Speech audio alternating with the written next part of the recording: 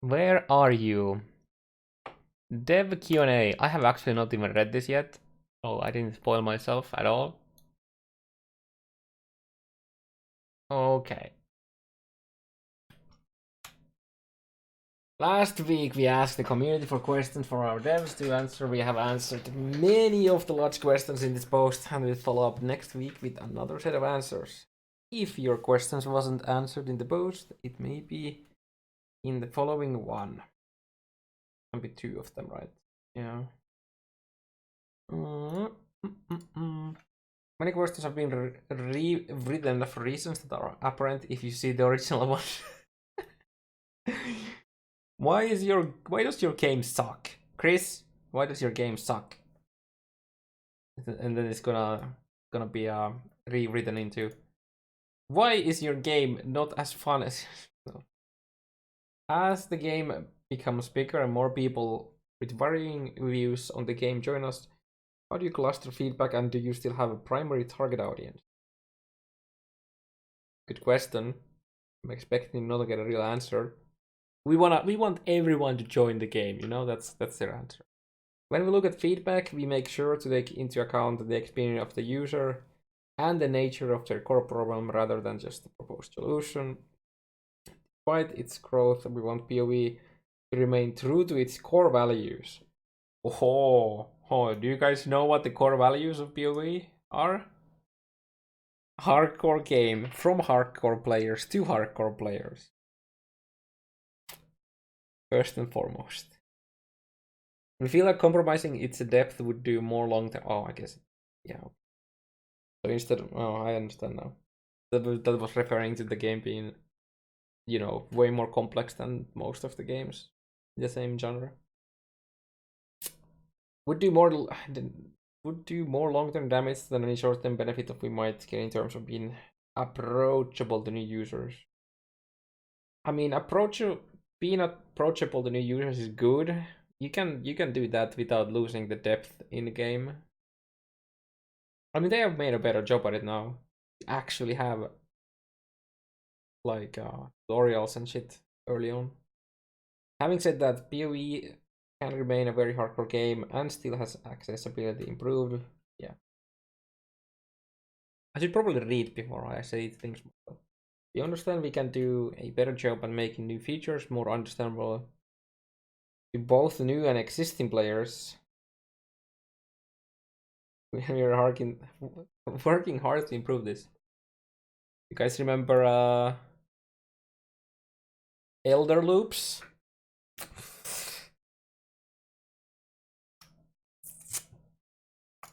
I feel like that was something that broke everyone. Even like long-term players who knew things about the game just fucking broke when they thought about this, like that for some reason. Nearly anyone can understand current memory fragments. Yeah,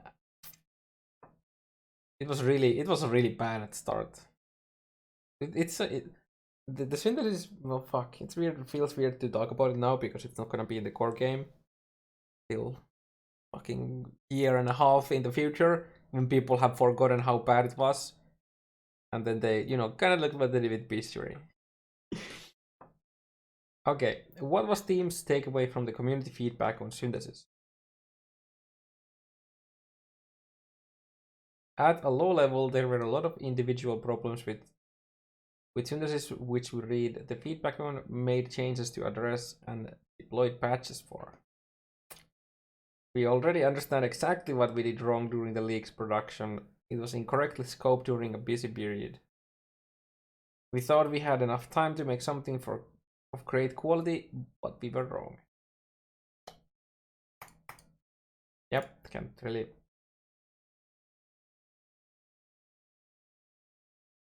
Yep. Why didn't you delay the release of Synthesis? We actually did delay it a week internally before we announced the date. When we announced the date, we were pretty sure we'd be able to finish the leak in time. Why didn't we delay it further? Once we put a countdown timer up and announced a release date, we really want to hit the date. People take time off work and plan around the release. delaying the release not only upsets a few million people, but throws our entire schedule out for the year. We did release a playable league. It just wasn't good enough. I mean, oh, that's where the standards are. It works. Quality over quantity, please.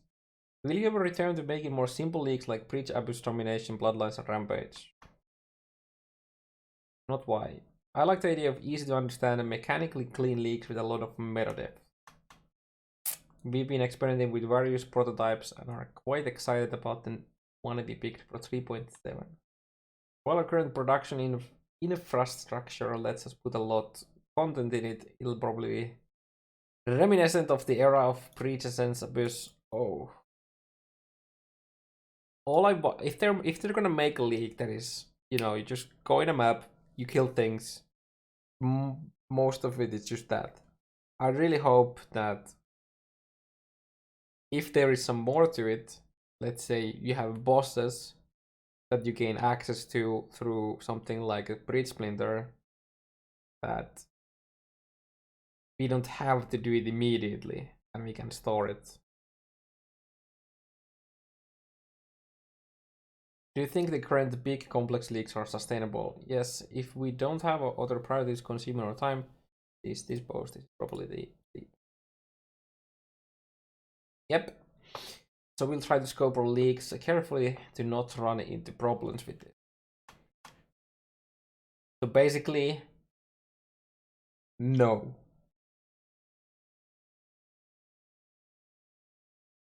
I think that was the takeaway of this, is no, they are not sustainable. Because it's been such a long time now that they have had issues with this. They're like behind. And they will be behind until like 4.0 most likely. Because they are just taking more projects instead of finishing the previous ones.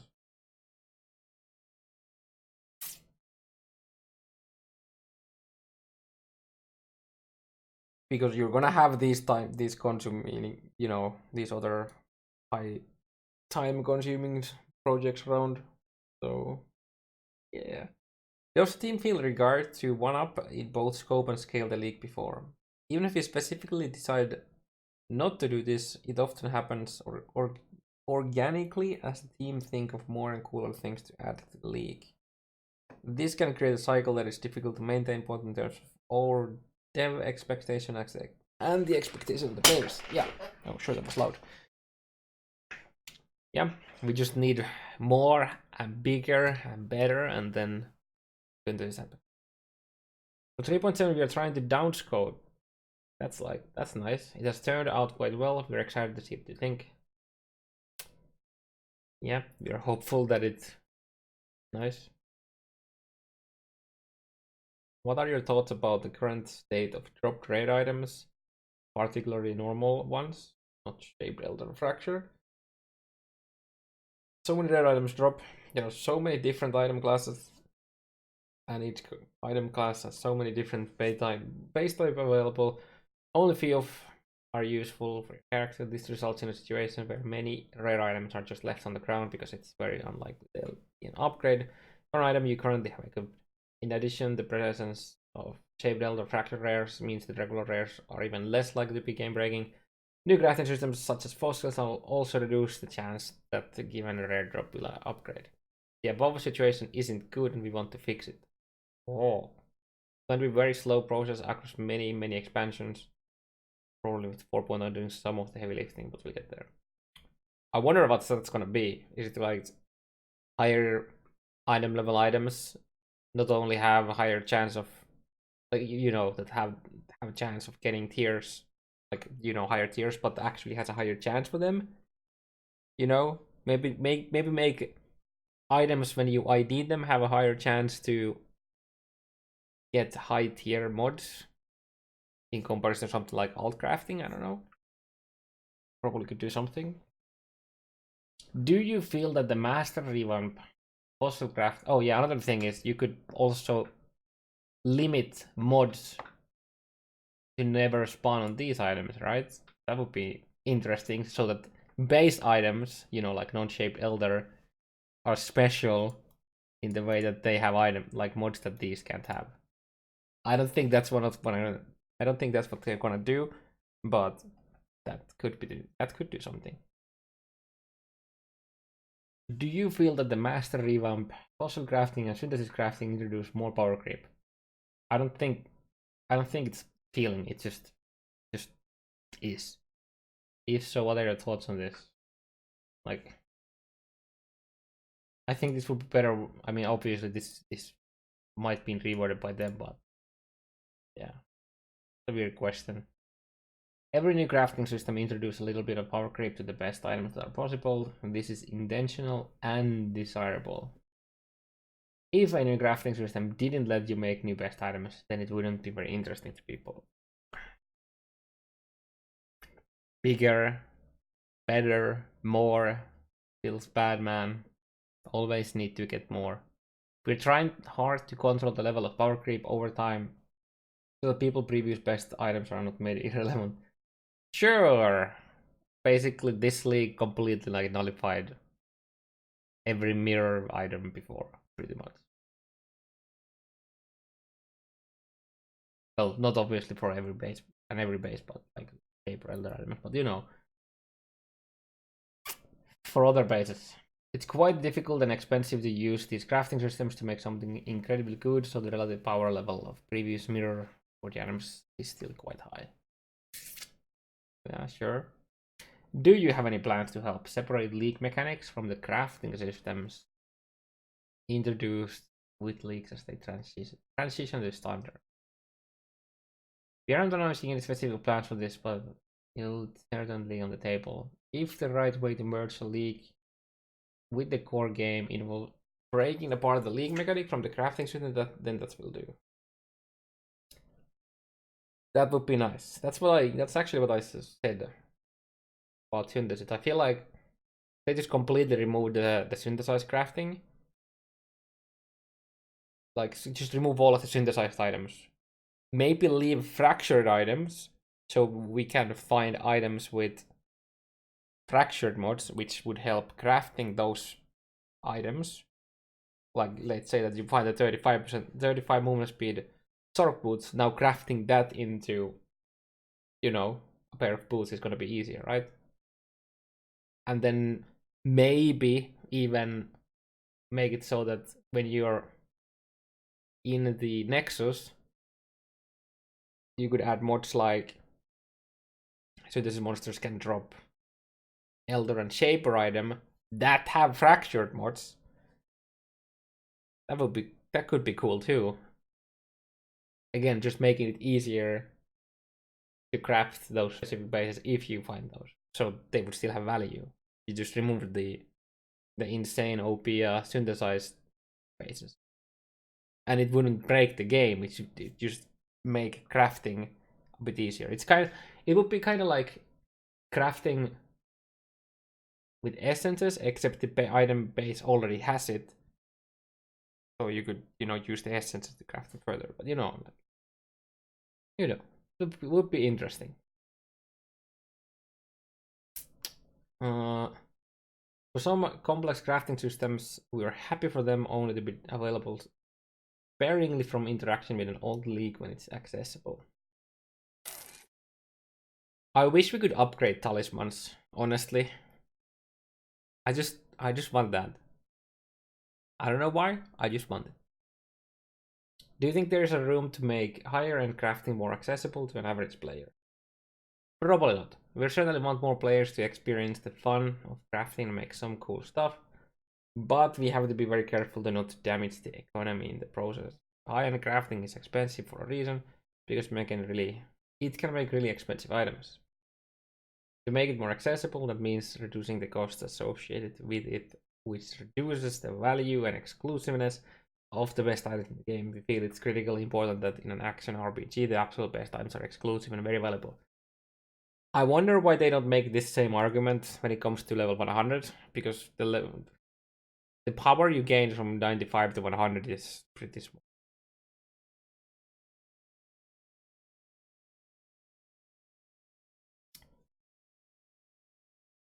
you know, and if everyone has access to 100, then it's not really special anymore. Do you have any plans to change how syndicate crafting is unlocked? Remember when people were like, oh yeah, this is gonna be so much better than the old one where we grinded masters. But now getting the mods, especially the ones that are, you know, specific to a syndicate member, and then they're also rare. It's just like, oh my god, good luck getting them. Oh yeah, and you need to get that specific mod like 10 times or something. No, not 10, but you know. The well item system has received quite a bit of feedback that we are processing. We're considering some options like normalizing the frequency of mods appearing, because the more valuable ones are already take more expensive to level up anyway. We may also make master specific ones easier to level because they are rarer to acquire. Don't take this speculation as a guaranteed plan though. It's just what we're considering currently. Basically, they didn't really answer much. You can buy your veiled mods. That is true.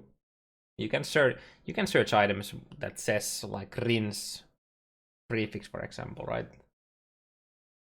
By the way, want to buy rin boots or cannot be frozen? I actually didn't get cannot be frozen on PlayStation 4 in the time my character hit 100. And I unveiled probably 10 pairs of rin boots with a prefix unveil. Oh, feels good, man. Why do we have to unlock master crafting recipes every league? Can they be account-wide unlocks? In the Betrayal expansion, we changed how master crafting works so that you unlock it by performing various tasks with the league. These have to be unlocked again from scratch in each league. One of our core design philosophies is that players shouldn't be able to get an advantage in the new league based on their actions in a past league. This gives a level playing field and makes it clear that you can return to PoE at a new league and be on equal footing with other players. Because of this, it will never be possible for crafting recipes to be unlocked on a per account basis.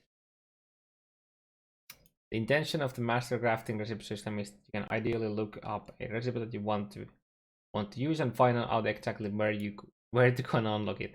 Yeah, just get into the city with Owl to get your 6-link craft. Not that you want to use it, but it's there. Good luck. Good luck getting it. The recipes that are locked behind the level 3 incursion rooms are too difficult to unlock because of the RNG required to get the rooms to spawn. We'll move these recipes elsewhere. Oh, that's good to hear. I don't think it's necessarily too much RNG, it's just like people don't think about it, so they never actually get them upgraded. I don't know. I never really had issues with it, but I guess I didn't look for a specific one. If you find other ones that require too much RNG to get, we'll consider that for them too. Remember that Owl City?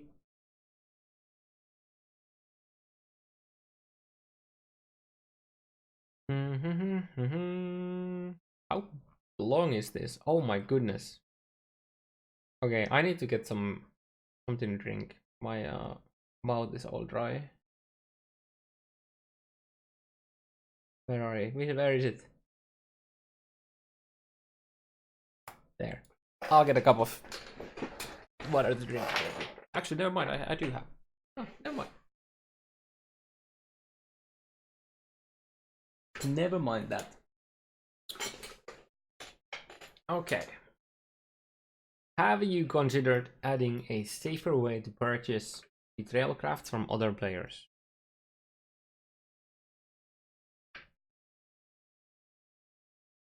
This is an interesting topic of discussion that extends far beyond just betrayal crafting, as there are many game systems that players attempt to trade the rewards of in a trust-based manner. But for betrayal crafting, it's potentially possible for us to build into the trade screen with a decent side reward. We'll keep discussing. How about you do it the same way as you do map drops? If the owner of the betrayal safe house is in the safe house, nobody can use the benches but if the owner leaves, then whoever is in your safe house can use the bench. I don't know, maybe? That way you just pay the money to join the safe house. I mean, obviously you can get scammed on that too. So I guess that's worse than this. Is there any plan to allow players to opt out of certain past league content? Ooh, if a player doesn't want to interact with specific past league content, then it's usually possible to just avoid starting the event. Like betrayal. For example, in the case of Abyss or Breach, you can just walk around the object that triggers it. However, this typically feels pretty bad for players because the content usually comes with a generous reward, so players are missing out if they choose not to play it. Yep.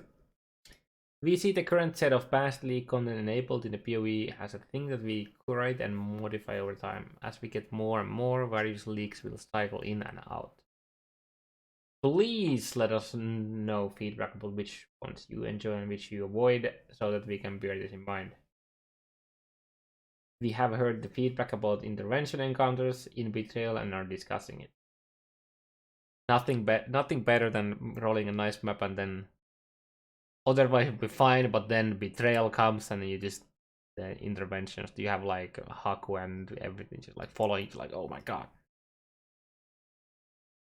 through the whole map, because for some fucking reason they have to keep following you instead of they just spawn from the portal and be done with it. That alone would help a lot. As for the leagues, not domination. I feel like they could make Anarchy into. They could work Anarchy into the Betrayal somehow, so they would drop like veiled items. You know, maybe Exiles are like generals of the syndicate members, something like that. I don't fucking know. Warband is useless pretty much, except it's actually good in the specific maps if you want to farm specific things. You can farm Cannot Be Frozen boots. You know, it just has the prefix Cannot Be Frozen from Iceberg. Obviously, you can farm the uniques from them. The ring, for example. You can farm the physical damage taken as fire is kind of useless now with the crafts, but you can get that 10% base. And yeah, they are kind of cool in a way. Especially the iceberg. I think that's the thing that people never think about. But if you find the Cannot Be Frozen boots, you can like, you know, recall and multi-mod them potentially. And then you don't have to wait for the Rin mod. Obviously getting the Rin mod is nice because you can choose where to put them and so on, and you actually can start with crafting something like movement speed, but the iceberg is a nice budget, I guess, especially for Soul Self-Found. Clear speed seems to be becoming more and more of a necessity with each league mechanic you add. Oh yeah, that's true. If you have fun playing slow build in the synthesis. Are you happy with this trend, and do you feel like this is affecting build diversity? I mean, yeah, probably is. People certainly aren't playing PoE at the speed that I initially imagined when we started ever back in 2006, but I know that Wi-Fi made a big effort to slow down top-end play. It'll probably ruin the enjoyment that many of our most engaged users have.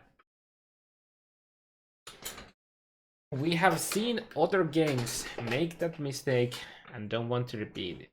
I mean, you could argue that you made a mistake by allowing that thing to happen in the first place, but yeah. We are fully aware of clear speed concerns when designing new league content. We generally try to create content that doesn't regard insane clear speed. And then you came up with synthesis.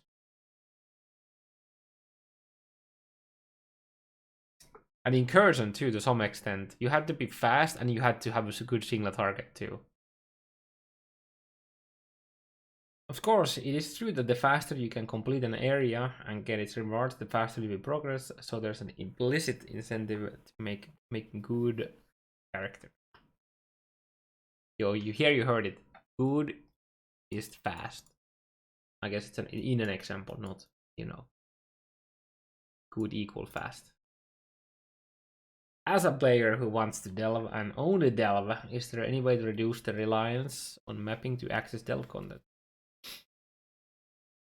The honest answer here is that we believe that the game systems like delve will become boring if you have unlimited access to them, and so it's important to limit their access by regarding regular PoE play between sessions of special content. The other factor that is delve specific is that the rewards from delve are strong. It would be an economic problem if people had more access. Having said that, scarabs and other game mechanics can help trade for more delve time. I wonder what that other game mechanic is, other than just speed mapping to spawn like a map missions.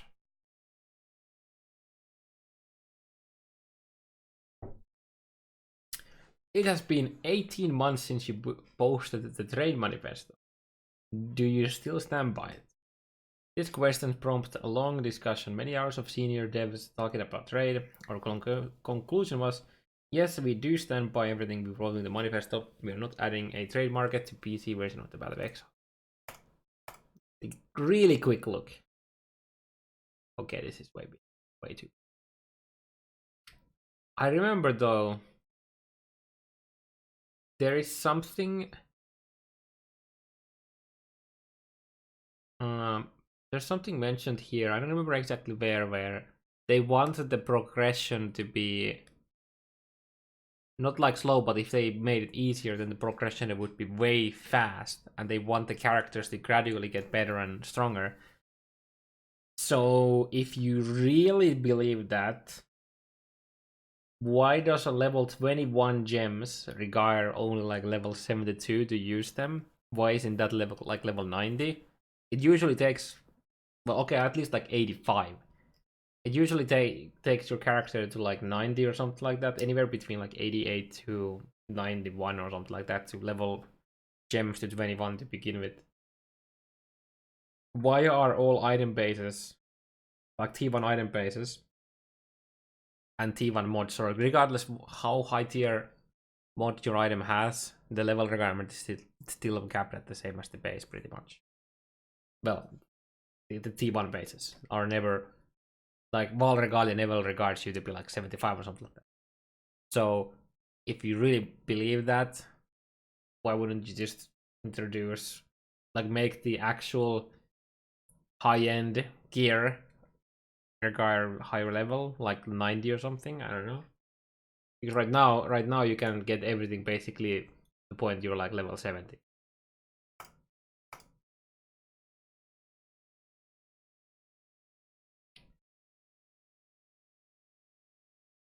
Imagine having a near perfect Val Regalia, and you excel it, and now it triggers level 100.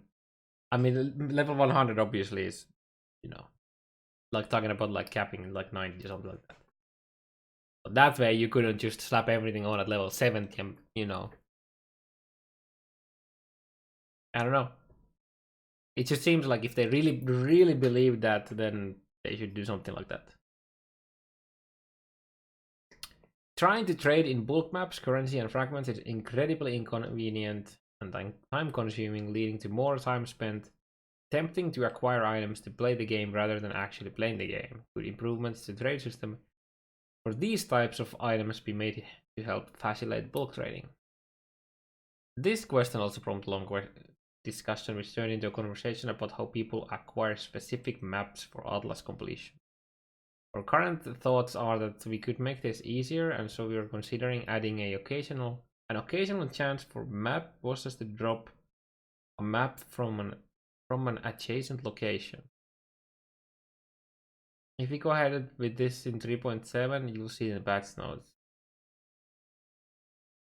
Our current thoughts are that we could make this easier, and so we are considering adding a occasional chance for map bosses to drop a map from an adjacent location. Wait, does this... Wait. Is he saying that if you're doing a conservatory map, that there would be an occasional chance from dropping a map from any pool that can drop from Canyon? So you could find Orchard Lighthouse or even Moon Temple from running this map. If they do that, that would actually allow for +2 drops from map bosses, even if you don't have it completed. That's kind of interesting, if I understood it correctly. This answer doesn't actually answer currency or fragments at all, though. This is more relying on... It says bulk maps. This answer is a complete no answer for the actual question. Like, this is like... This answer would be better for a question. Are you planning on obtaining maps that you don't have easier? Bulk maps, this always refers to buying maps that you usually like want to farm, or like in 99% of cases, like run the same basement. I would assume. Same with currency and fragments. Have you considered creating an in-game version of the POE wiki for convenience? You're probably going to empty a web browser in the client that will be able to load the wiki, trade sites, and the other community web resources. That would actually be pretty good. Just that.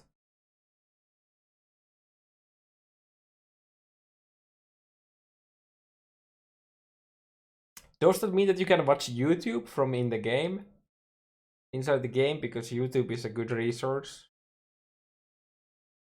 For Node and Reddit. Oh god. Do you think that the last few leaks mechanics, namely incursion, Delve, betrayal, synthesis, discourage the creation of new characters due to progression? Mostly being character bound, and if so, do you have any plans to address this? I know that they're gonna say character tide is good because it makes you do more characters or something like that, but that doesn't make any sense. I really hope that shit like betrayal would be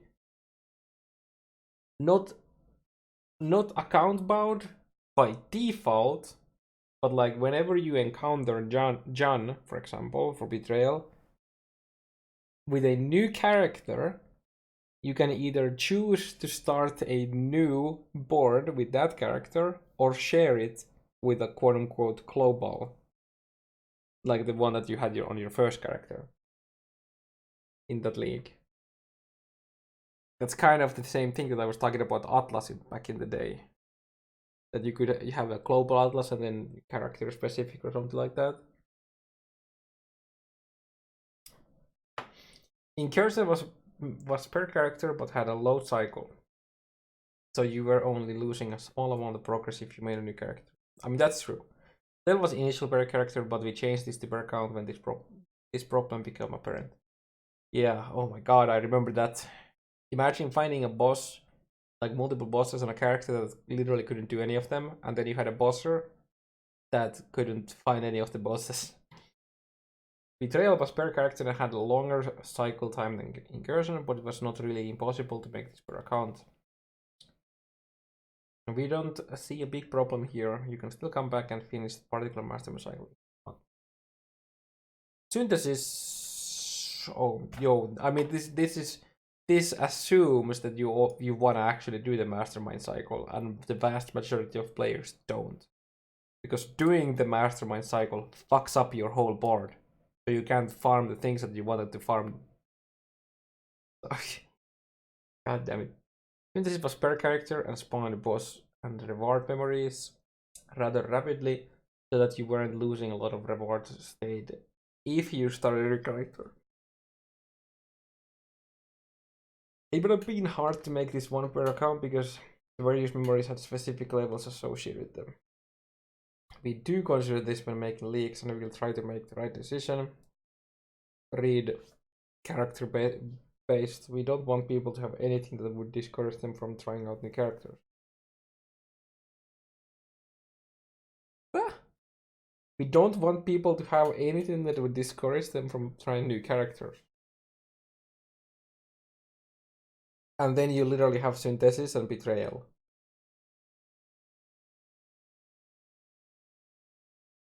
Makes me wonder if if people there actually play the game and understand the massive issues you get with shit like betrayal and synthesis if you wanna farm them somewhat optimally, especially betrayal.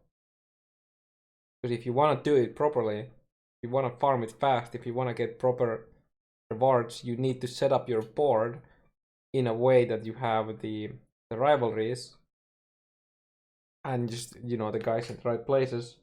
And whenever you finish the cycle, when it shuffles everything, and it's this answer makes me feel like they don't really understand what's going on here.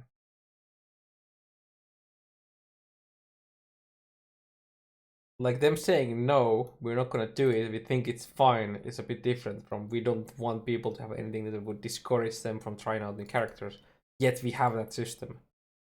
So it just makes me feel like they don't actually know how people are using that system. Do you plan on improving the drops from map bosses so they feel as rewarding as the rest of the map, or you are happy with them as they are? I think the map boss drops are fine.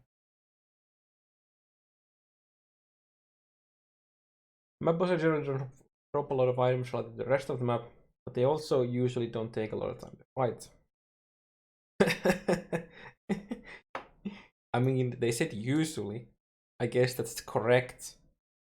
But then you have maps like Basilica, I think, where literally the boss fight takes 2 times as the time as it takes to clear the map.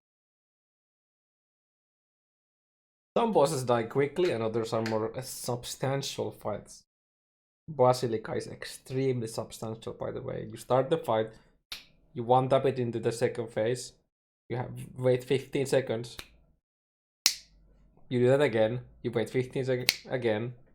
I think you probably do it once more after that, or something like that. Yeah.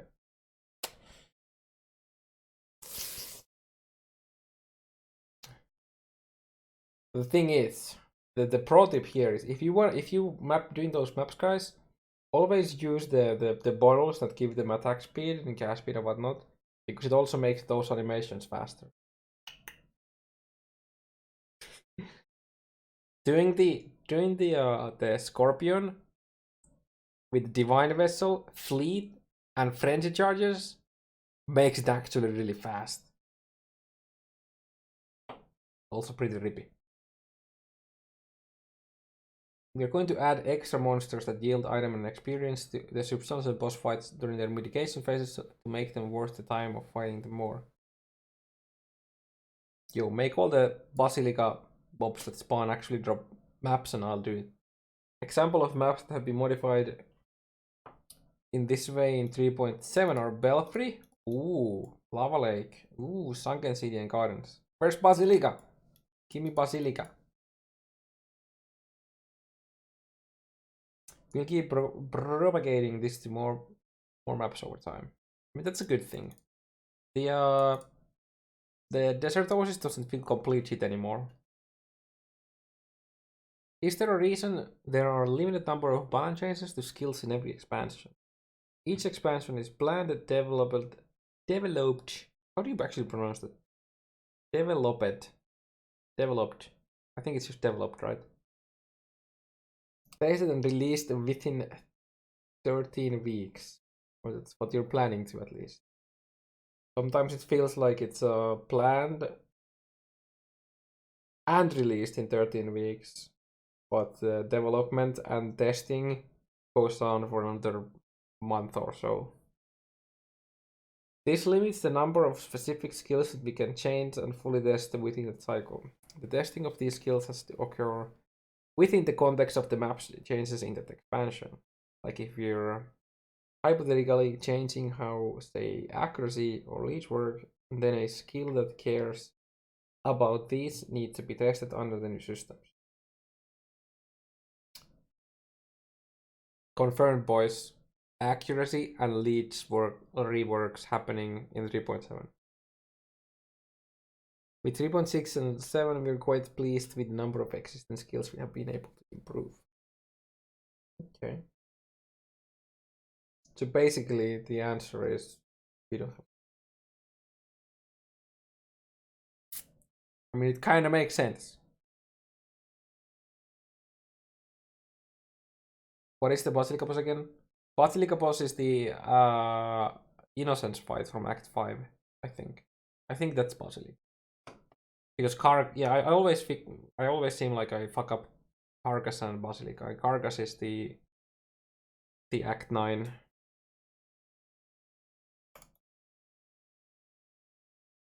How do you handle quality assurance and the development process? Do you work with different teams on different parts of the game, or do you work feature by feature with everyone involved? Do you use agile methods? Everyone generally works on everything that fits within their specialization. Sometimes we assign a specific person to work on some long-term project, but most of the time the devs are working on a combination of features for the next expansion, fixes the last one, and long-term changes. It helps keep enough variety in the work and lets people work on things they are good at and feel ownership of particular system in the game. POE development doesn't use agile methodology. What does this mean? Because we have a rapid release cycle, we do get many of these advantages. What is agile method? Oh shit, there's like a 4-minute YouTube video. There's like a super quick TLDR. I mean, it's something to do with being fast, but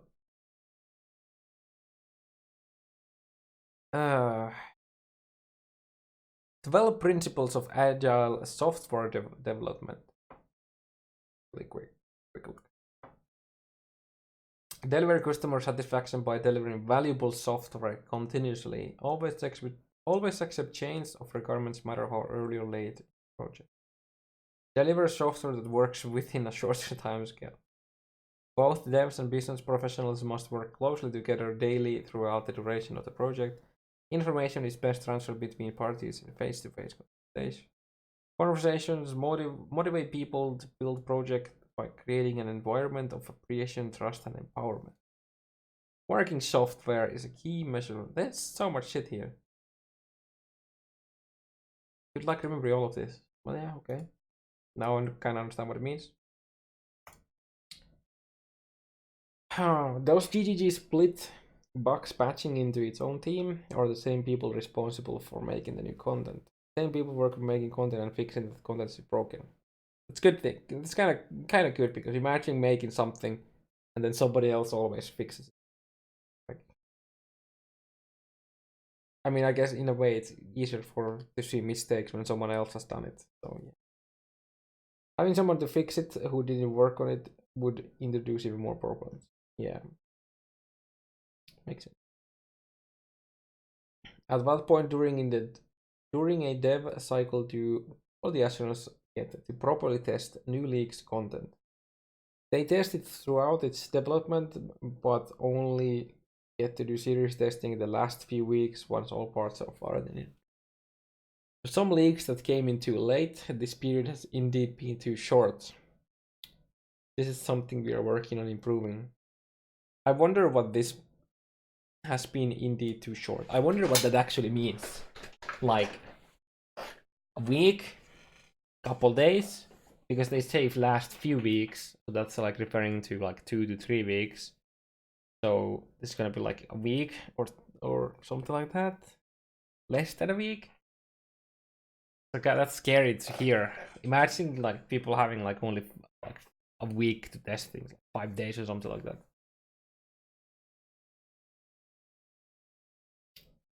Are there any plans to update the game engine?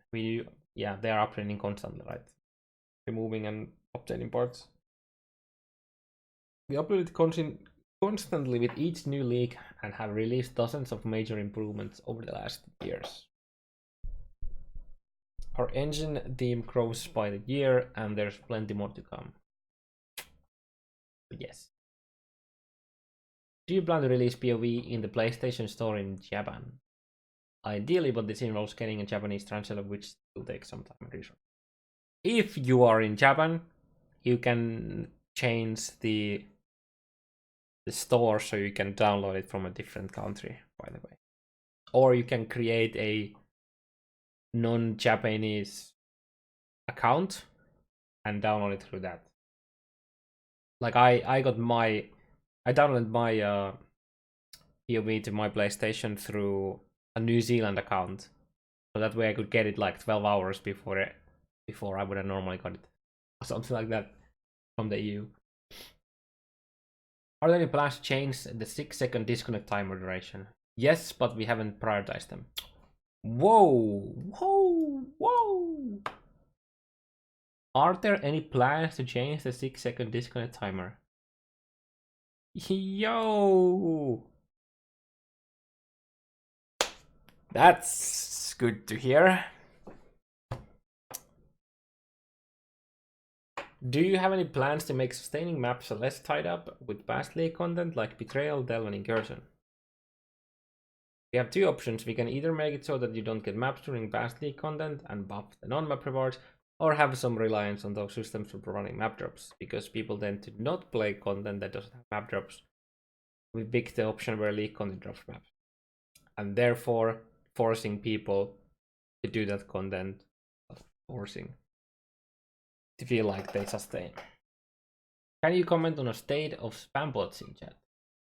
We are putting resources into this, and while it appears from the outside that this is having no effect because there's the spam, we're stopping almost all of it and hope to improve it over time. Yeah. Usually the spam that you see, just some that gets through.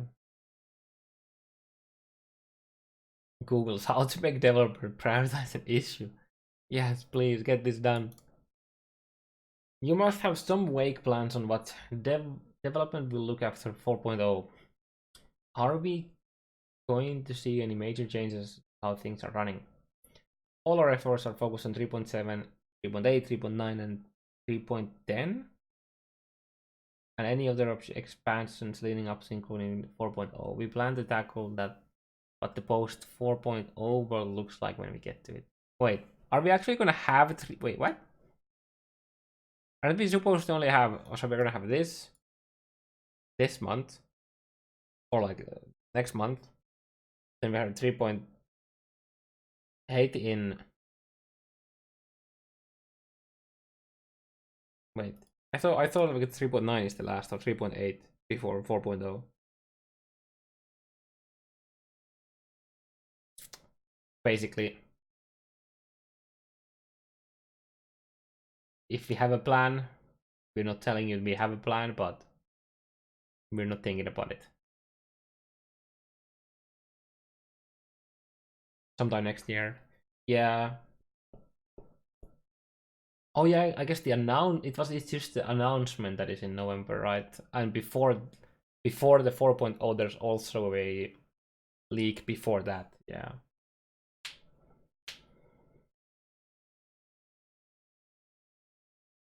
That said that they will not launch 4.0 till ready.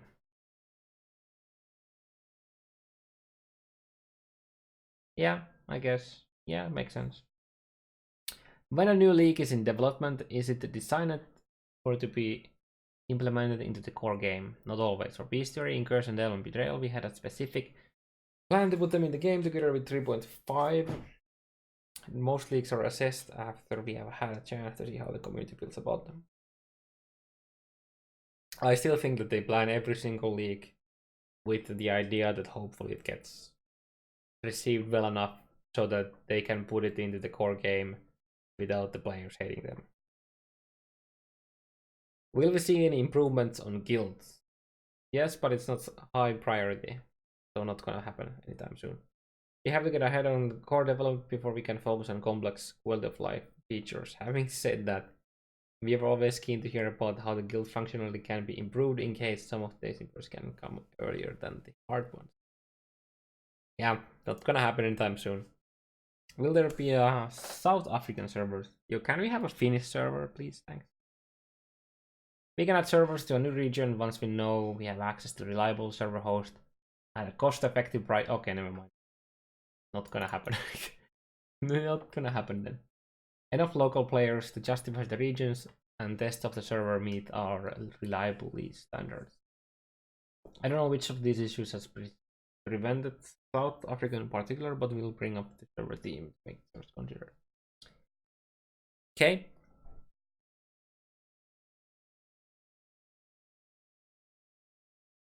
Hypothetically speaking, if every single dev on the POE team gets horrible sick for 3 months and you have no time to develop any content for new league, your only option is to rerun one of the past leagues. Which one do you pick and why? That's an interesting question. This is a tricky one. Until recently, our answer would have been Legacy. No, fuck that. No, no, no, no, no. No. No. No, no, no. No. At least not in the way that it was done. Please, no. But we gradually added those old league mechanics in so many players, the Legacy wouldn't be quite as impactful as it was first time run it. Most of the recent leagues have been added to the core game, so rerunning something like Delve isn't that much of a big difference from the core game. Having said that, we're constantly looking for smart league designs that don't require insane amount of content and are fun to play. Hopefully we can stockpile a few of these for the future in case the hypothetical league Blake hits. Well, thanks for not answering the question at all.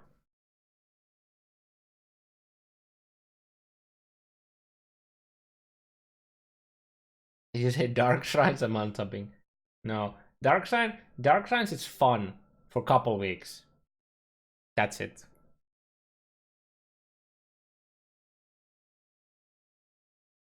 It's not a worthy of a league, but like an event of like week or two. Yeah. Question dodged. Oh god.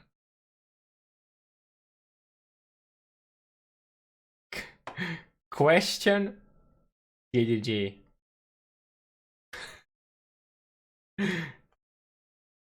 Right? God. Are you going to continue the unique item balance? Wait, is this the... Yeah. Are you going to continue the unique item balance changes that you began in Betrayal? I expect the scope and nature of unique balance cases is going to vary from expansion to expansion.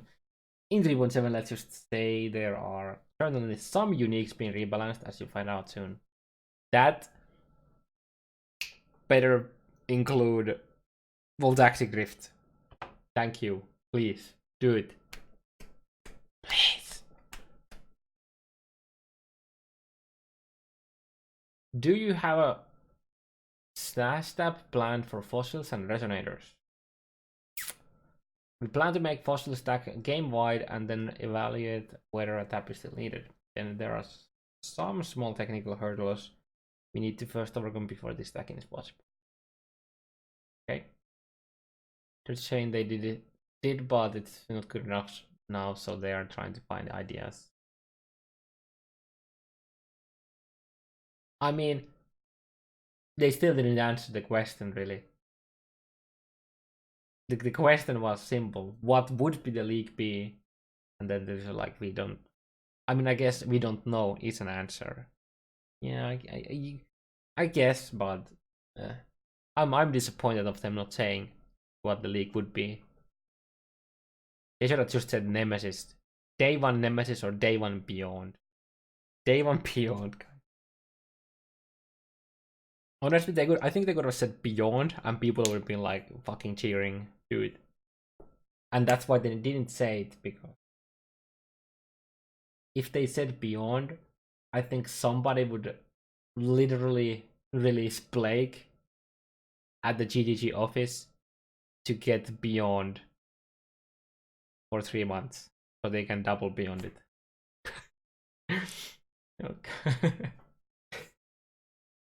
Do you plan a stash that? Right, that's all. Are the office hours fixed time, or are most people working with flex time? Or are most of the teams shift based, or at least for the support and technical teams?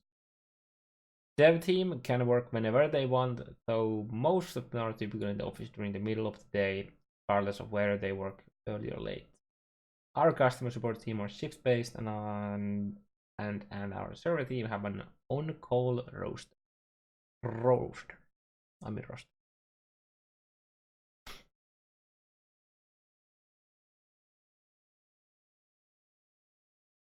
Interesting to hear that they don't have the 9 to 5. Has the port of Path of Exile to PlayStation made any advancements towards controller support for PC? We're interested in doing this, but there's no timeline for it yet. It's tricky because we'd have this about the game's entire user interface. I'm ready. I'm fucking ready, boys. Let's go. I am ready to just do, you know, whatever, yawning and stretching and, you know, fucking looting. The looting with this is so good. If you have a good filter. I would honestly swap between.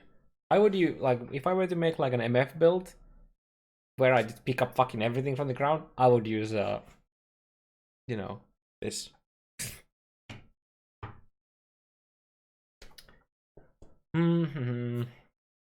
Is there any update to the implementation of text chat on console? We really want to get this deployed. We have something that is 80% implemented, but it's still a few weeks development away. The dev who is working on it unfortunately left our company recently to start his own project. So console chat is in limbo until we free someone up to take over. Well, rip.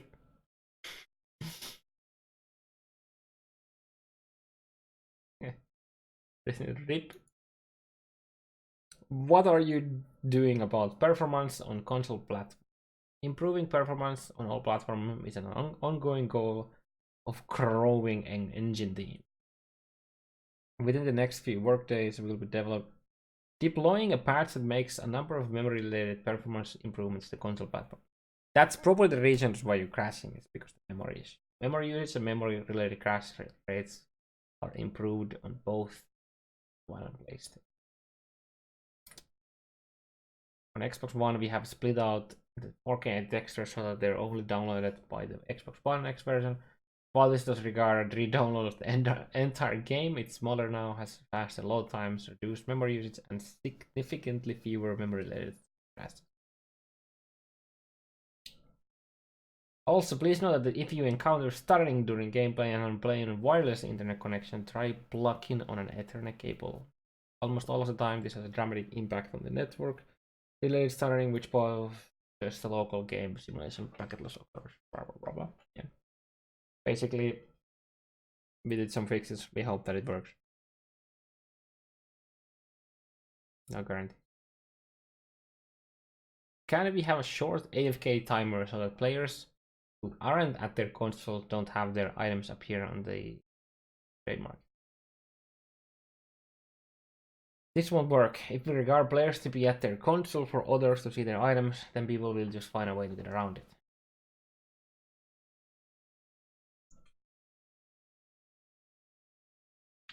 And tape it here. Boom. Done. Easy. Always online.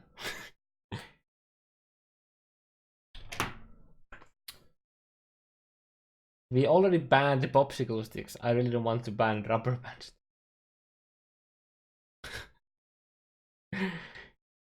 Can we get cross play between console platforms? That'd be awesome. Players should let Sony know that they're interested in crossplay being enabled for Path of Exile.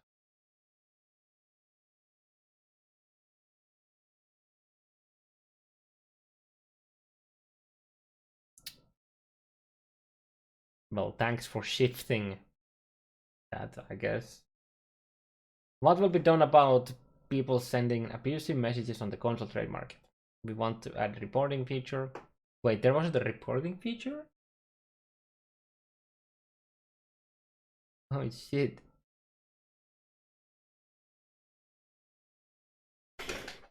When will tab pricing for consoles be ready? This is a feature that requires very senior devs to implement it, and they have been perpetually busy with critical tasks for a very long time. So that's not gonna happen anytime soon. Good luck getting Sonic to crossplay. I mean, they did do that on Rocket League. Crossplay is 100% the Sony issue. Yeah, but it's basically saying that we should, you know, I'm pretty sure their company is big enough and they have, you know, enough after crazy backlash. Yeah, I mean, yeah. I don't know all the things around that.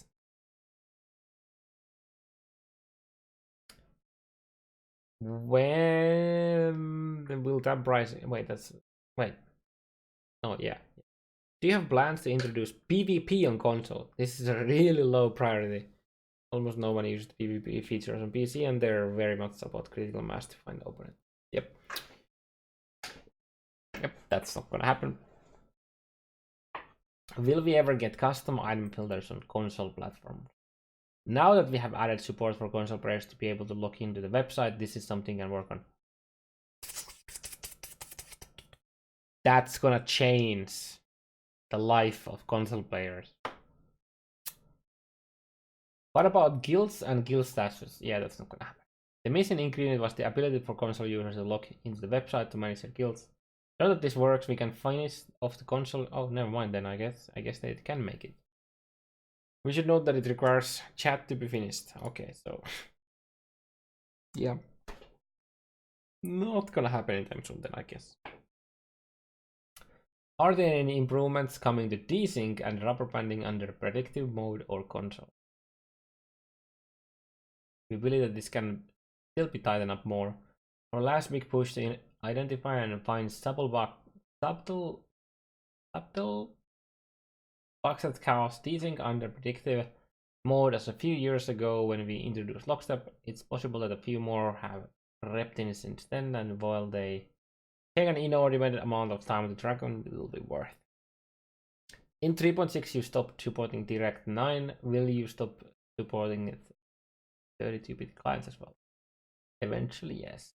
The 64-bit client is significantly better from a memory point of view, and once the rate of people using 32-bit versions on Windows stops slow enough, we'll be able to eventually stop supporting. This won't be in the near future, yeah. Are there any plans to rework? Oh shit, race question. Are there any plans to rework what race seasons were and bring them back in the foreseeable future? Or, in other words, any short event series that last longer than a weekend and is available for everyone, not only streamers or players who signed up for certain private league? Dude, I would actually be happy even with like weekend racing stuff. Races are awesome, but the big race seasons we used to run weren't the best way to approach. Interest dropped off pretty fast during a season, and a lot of dev time was spent on the rewards. The seasons also caused players to feel they had to wake up at all hours to participate in as many races as possible. That's where this asynchronous racing thing kicks in. We have plans to extend our private league system into a custom race system. Now that sounds good. Them having a plan for something doesn't necessarily mean that it's gonna happen ever, though. They did have a plan to get more race seasons before too, and do racing related stuff. We'll post more details about this when it's getting closer to release. This doesn't mean we won't be running races in the meantime, just that they probably won't be structured as formal season. This also doesn't mean that you will be running them. Now that Method has a POE team, are you going to sponsor more community race events? We are providing prizes for 4 events, which will see the winner of each event flown to New Zealand to compete in the racing finals at Exile in November. 2 of the races are run by community members, Propolisis and Camel, 1 by an esports company, and 1 by us. Oh god, so I guess it was expected that they won't do any changes to the current race. But goddamn, does it feel bad. Why? Oh, there's the question. Why is the beat race an invitational with only top streamers invited? That's the format of the race they wanted to run, and we trust their decision. They consulted with the community members and racers about how they wanted to run it and checked it with us. We understand that there has been a lot of community concern about the fairness of this race. Exile prize package not being available for general entry. The other 3 races which yield Exile prize packages are public entry. I mean, obviously now that you had this fucking fiasco of the beat race, you don't really have any other choice. I feel like we should have clarified this in the initial post and explain the structure in advance. I am very sorry for the poor communication on this. We'll have more information about other races in the news as soon as we have date lock-in. Please announce those dates, like maybe a couple weeks, maybe a month before instead of 5 days. Maybe.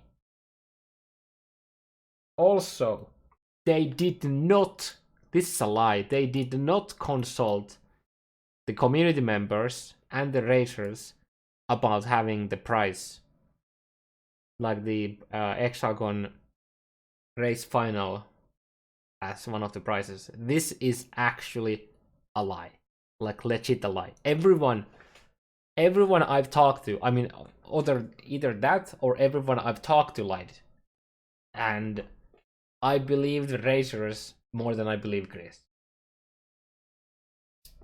Every single person I've talked to regarding the beat race said that they did not know. So this is just a lie. I see this nothing but a lie. This is like shifting blame. Like, you know, they talk with the people in the race, and they said it's fine, and then they also, you know, checked with us, and because the community members and the racers were fine with it, we were also fine with it. You know, don't blame me. Don't blame us. I just wanna hit my head through the table right now in a video game, so no actual harm happened to me. You know. In front of me, this community about no, for some reason it wasn't there for one message. I don't know what happened there. Ah, this is just like BS. Yeah, I'm already salty enough for this. That just oh fuck another race question. I can't handle this. I don't think he's referring to the price in the statement. I mean,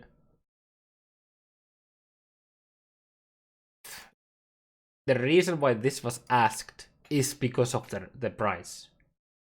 If this was just an esports organization making a random race that is closed, nobody would have cared. But the reason why this is asked is because of the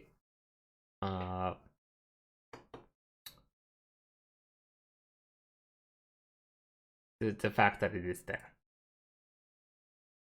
If the statement is ignoring the price, it's so disingenuous that it's effectively a lie. Yeah. Either way.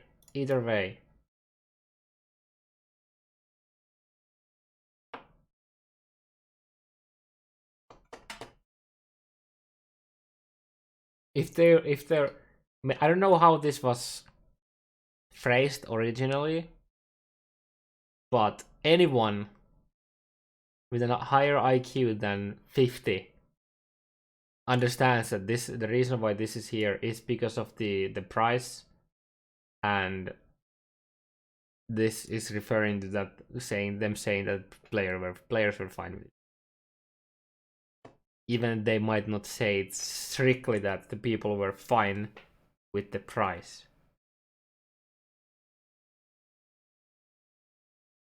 Yeah. Either way, bad. Very, very bad shit here. What should we expect from the race final at ExileCon? Oh yeah, would be interesting to see know what the actual race is gonna be there. Now that we have, you know, a qualifier for it. Also, imagine the race being like an Act 5 Kitawa or Act 10 Kitawa, and the qualifiers being something like level to 80. Or race to like kill Kitawa in Act 5 with like damage mods, like crazy damage mods. Both of those mods, like races that I just said, are completely irrelevant for the actual race that the final would be in that case. We are flying over the 4 people who win the ExileCon prize packages throughout the year to compete on the ExileCon stage in the Grand Rising Finals. This will be streamed live and casted so you can watch from home if you're not attending in person. The exact details of the race structure and its pricing have not been announced yet. We're expecting it to be very interesting. I like that they're saying interesting instead of we're expecting it to be very close competition. It's just interesting. You know what's interesting? Giving out random raffle attempts for people who never played the game, or like, you know, get someone like get Grip to race in it. That would be interesting, but that wouldn't be exactly competitive. This year's experiment of having 4 races feed into finals is also a small-scale test to see how it goes. We're hoping to ramp support for this up in the future. That is extremely hard to believe that they're doing this.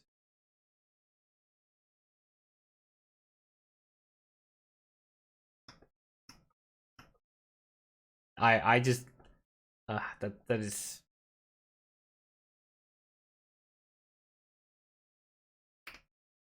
Oh yeah, it's also true that okay, 2 people in the race, in the beat race, cannot go even if they won. So either Denantum or Camel cannot go, as far as I know. So what the fuck is the reason to have them in a race where the grand prize, like the rank, or I guess the better option is why would you have a prize? Like what kind of communication did GGG and the Beat have in there? Like obviously the players couldn't know about this because if they did, they would have questioned what's the I mean, of course, the fact that it's an invitational and the fact that there are people who can't go there even if they had like did win. So it's like it's a fucking idea. Well, like this does not make any sense. This sounds like half-assed done, like a thing done, which is sad because if they do things half-assed, it leads into shit like this, which leads into people not really being happy, which leads into GGG thinking that people don't want this slash like this slash whatever, and then they just like don't do anything. But yeah, good job shooting yourself in the leg and then saying that it wasn't me. Racing is just something usually throws out when they want some easy publicity. Yeah, it feels like.